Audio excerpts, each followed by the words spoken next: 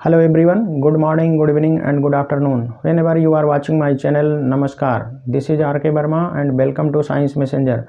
Today we are going to discuss about ozone depletion, which is an important topic in the chapter pollution. तो आइए हम देखते हैं ozone depletion क्या है, इसके कारण क्या है और इसको रोकने का उपाय क्या कर सकते हैं।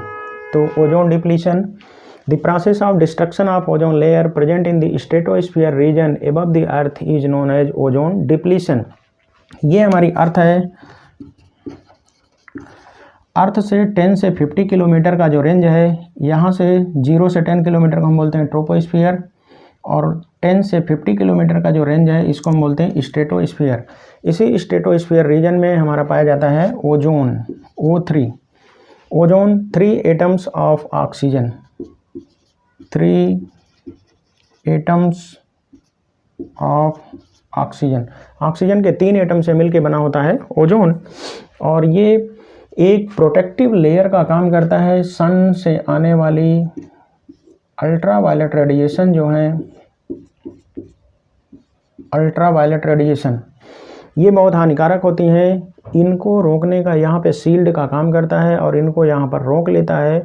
और अगर ये अर्थ पर एज सच पहुँच गई तो बहुत ज़्यादा डैमेजिंग इफ़ेक्ट क्रिएट करती हैं हमारी बॉडी में। स्किन कैंसर जनरेट हो जाता है, स्किन कैंसर क्रिएट करती हैं, इरिटेशन होता है। तो इनको यहाँ पर रोकने का काम करता है ओजोन लेयर। अब अगर अल्ट्रावायलेट एज सच यहाँ पर आ गई तो स्किन कैंसर क्रिएट कर देती हैं। न्यूक्लिक एसिड, डीएनए और आरएनए जो हैं उनमें चेंज कर देती हैं, तो म्यूटेशन हो जाता है वो, जो कि ऑर्गेनिज्म के सर्वाइवल के लिए बहुत बड़ा खतरा है। तो ये ओजोन लेयर यहाँ पर प्रोटेक्टिव लेयर की तरह रहती है, जो कि अल्ट्रावायलेट रेडिएशन को रोककर हमारे अर्थ को प्रोटेक्ट किए रहती है। अब देखिए, हार्मफुल ओजोन, यूजफुल ओजोन, दो तरह की ओजोन होती है। अगर ये ओजोन हमारे लोअर एटमॉस्फेयर में, यहाँ अर्थ के समीप लोअर एटमॉस्फेयर में प्रेजेंट हो जाएगी तो ये ओजोन नुकसान करती है। आई इरिटेशन क्रिएट करती है, आई में इरिटेशन होता है, नोज में इरिटेशन होता है और सांस लेने में दिक्कत पैदा करती है ये ओजोन। लेकिन यही ओजोन जब 10 से 50 किलोमीटर की ऊंचाई स्ट्रेटोस्फीयर रीजन में रहती है तो ये हमारे लिए फ़ायदेमंद है, क्योंकि अल्ट्रावायलेट रेडिएशन को रोक लेती है। इसीलिए हम इसको कहते हैं यूजफुल ओजोन। जब अपर एटमॉस्फेयर में 10 किलोमीटर से 50 किलोमीटर की ऊंचाई पर रहती है तो इसको हम कहते हैं यूजफुल ओजोन। लोअर एटमॉस्फेयर में ये हमारे लिए नुकसानदेह है, लेकिन अपर एटमॉस्फेयर में हमारे लिए फ़ायदेमंद है। अब देखिए, नेचुरली ओजोन हमारे एटमॉस्फेयर में बनती है। अल्ट्रावायलेट रेडिएशन जब यहाँ पर आती है तो हमारे एटमॉस्फेयर में ऑक्सीजन है, इसको अल्ट्रावायलेट रेडिएशन तोड़ देती है ऑक्सीजन एटम में। अब यही ऑक्सीजन एटम ऑक्सीजन से मिलकर बनाता है ओजोन। तो नेचुरली हमारे एटमॉस्फेयर में ओजोन का फॉर्मेशन होता रहता है।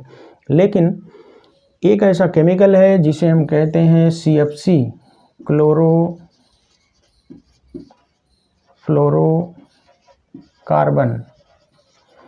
ये क्लोरोफ्लोरोकार्बन जितनी भी कूलिंग डिवाइसेज हैं, रेफ्रिजरेटर है, AC है, कोल्ड स्टोरेज हैं, उनमें सब में यूज होता है और वहाँ से इमिट होकर के हमारे एटमॉस्फेयर में जाके मिलता है।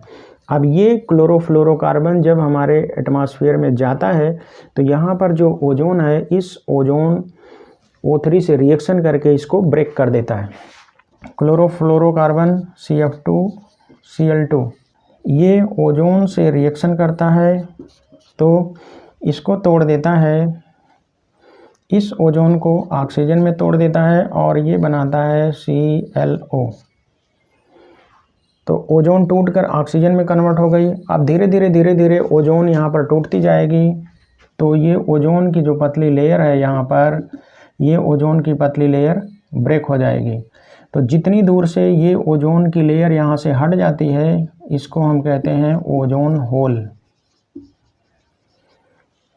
मतलब ओजोन में छेद हो गया। ओजोन की लेयर या ओजोन की परत जितनी दूर से डैमेज होके गायब हो जाती है उसे हम कहते हैं ओजोन होल। सबसे पहले अंटार्कटिका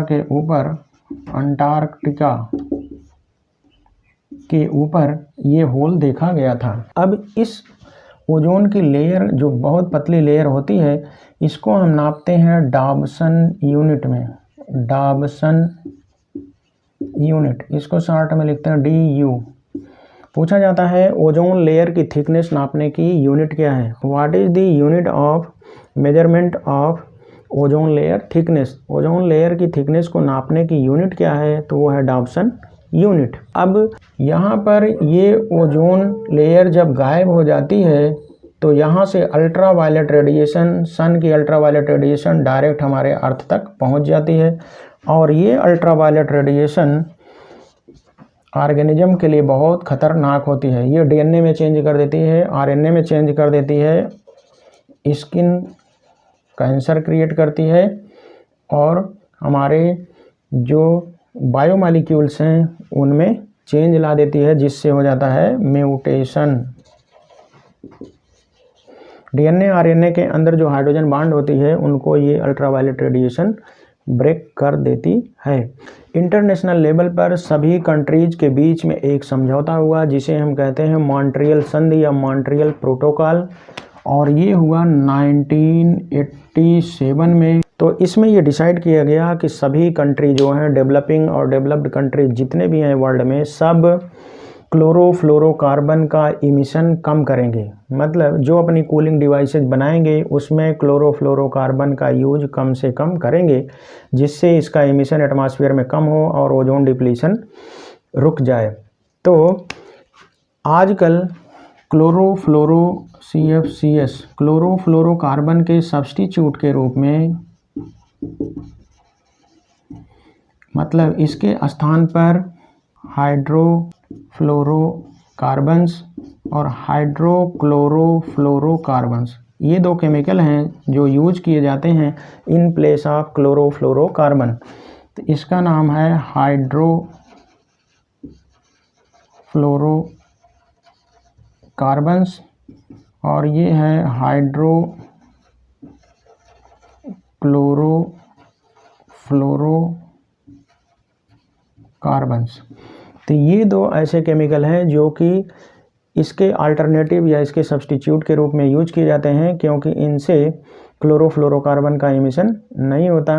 तो ओजोन डिप्लीशन इन दो केमिकलों के यूज से नहीं होता, इसलिए इनका यूज किया जाता है CFC के स्थान पर आजकल जितनी भी कूलिंग डिवाइसेज हैं उनके अंदर। तो हमें उम्मीद है ये वीडियो आपको ज़रूर पसंद आया होगा। अगर हमारा वीडियो आपको अच्छा लगा हो तो हमारे चैनल को सब्सक्राइब करना और लाइक करना ना भूलें। Wish you all the best and thanks for watching.